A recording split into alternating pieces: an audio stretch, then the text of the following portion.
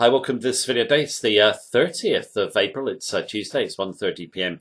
GMT. Just going to look at a couple of trade setups there. USD, JPY, CAD, JPY. We'll go to the charts in a moment. Now, in terms of today's video, I'm also going to be making reference to keying off really big levels of support and resistance, and they exist in the yen pairs that we're going to look at today. If you key off those levels, you'll always get good risk to reward, in my view. Now, we think the yen is getting ready for a major move.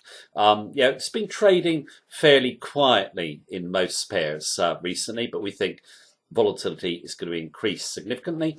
Yen not just going up on the USD and the CAD, going up across the board. Now, I'm going to explain my logic and do my levels of entry, stop and targets. Let's go to the charts, but just keep in mind when I'm doing my analysis, it is my view.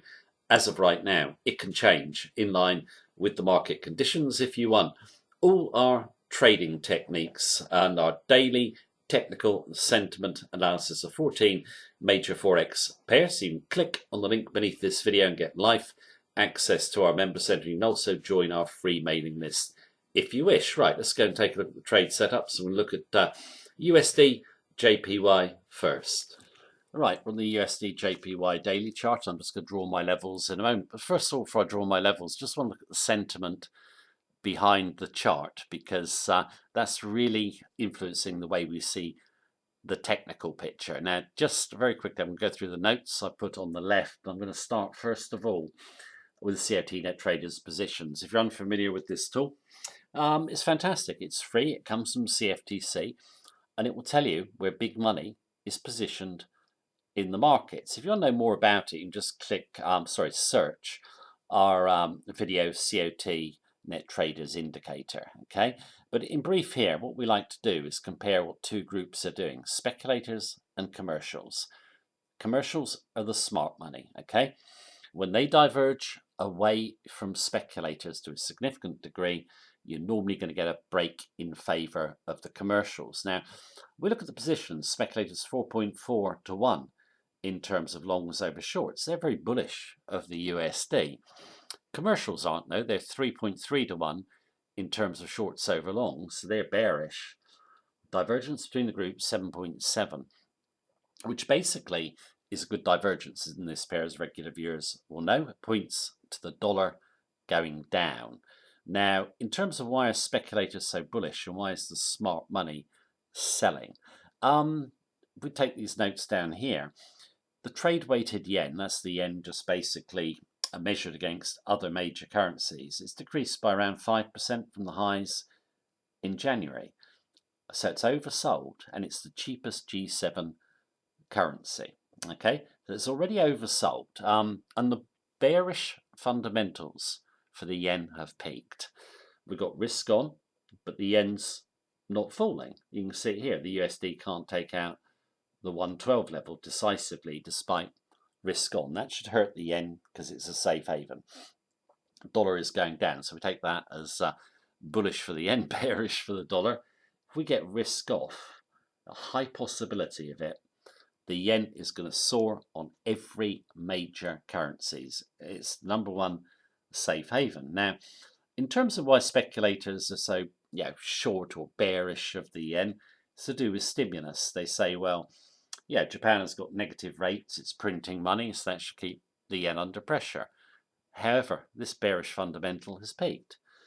A stimulus will get smaller. They've already made a small tweak to their stimulus program in Japan, and it will get smaller, and then the next move in rates will be up. So this bearish fundamental now is priced in our view. Also, the Japanese, the world's biggest savers, 500 trillion US dollars overseas, and a lot of that money now is flowing back to Japan. That's in risk on. It's going to continue to flow back to Japan. Risk off comes, then it'll really accelerate, and foreign money will go into the yen because it's a big safe haven, right? So that's the backdrop. Now, in terms of really key big levels, it's this level here in dollar yen.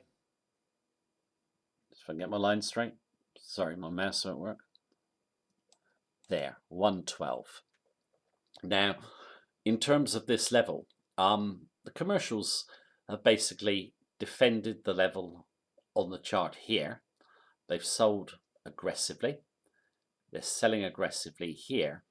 When we came down through the level there, they were very short, okay?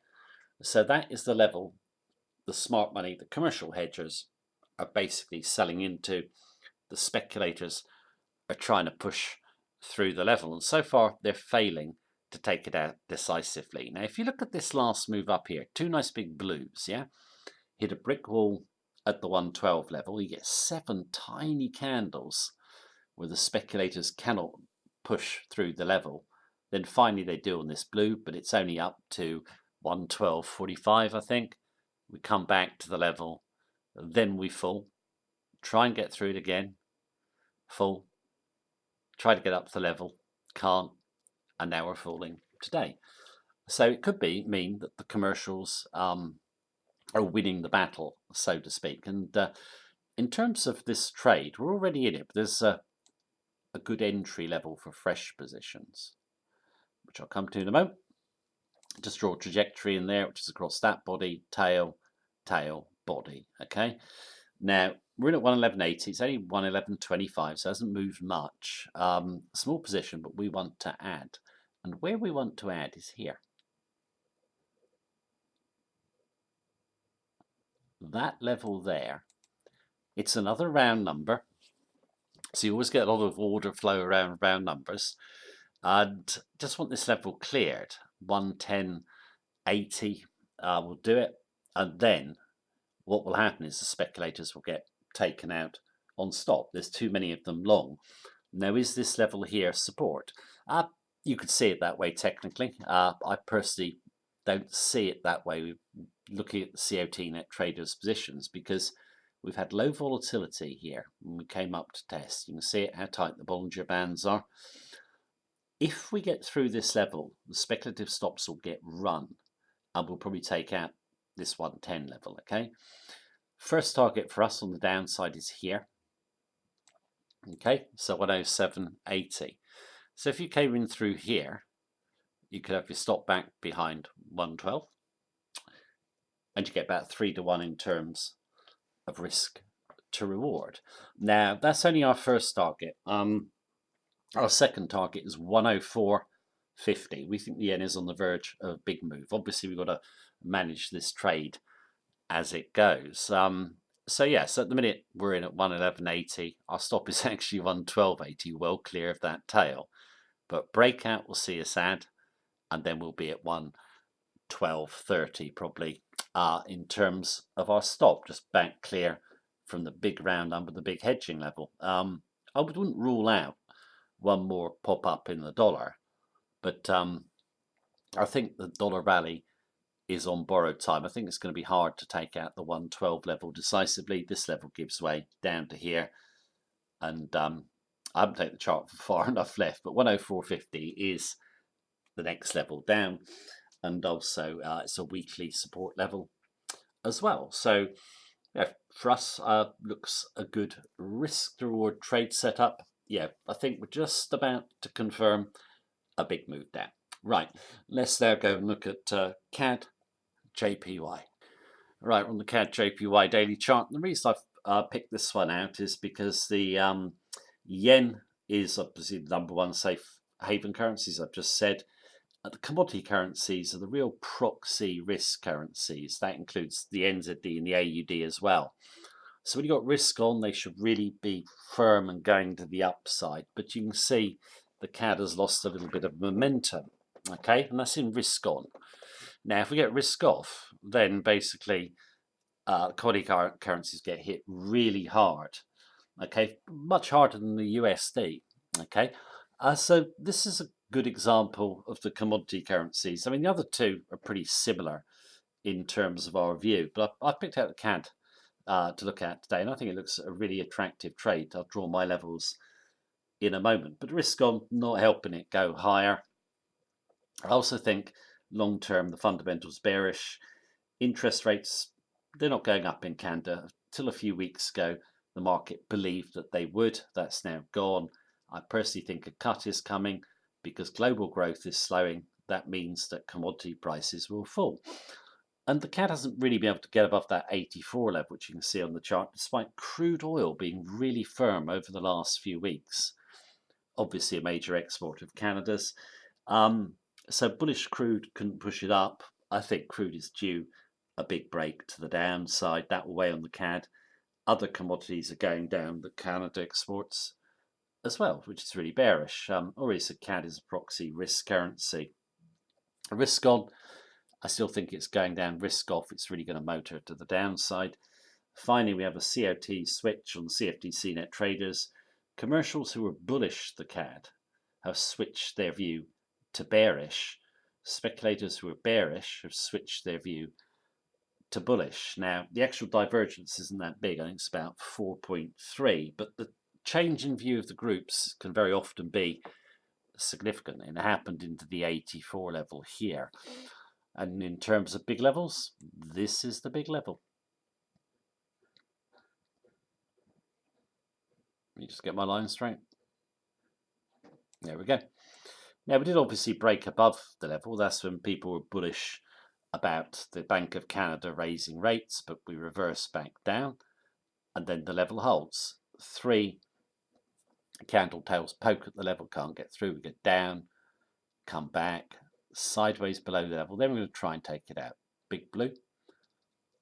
Then the red gets through with the tail clear, comes back in. Blue hammers against the level. This blue tail gets through that tail and then settles back below the level, off the level on the red.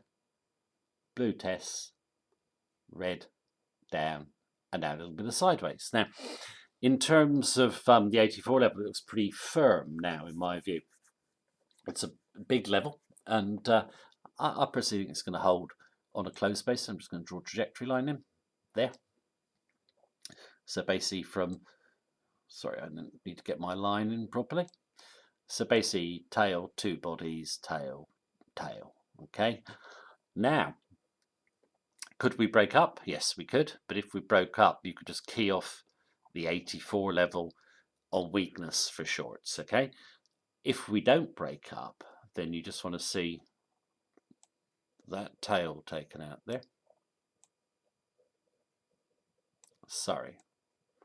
That tail a little bit lower than that one. So basically through this tail, so 82.50 would do it, I think. You can check the exact level. I'm sure it's 82.50, but whatever that tail is, just get a few pips clear of it. And then I think we could run to the downside. Now, if we do come through this support level, does your stop need to be behind 84? I personally don't think so, because this move up here, the tail above that tail, indicated no more buyers, and then we just came down.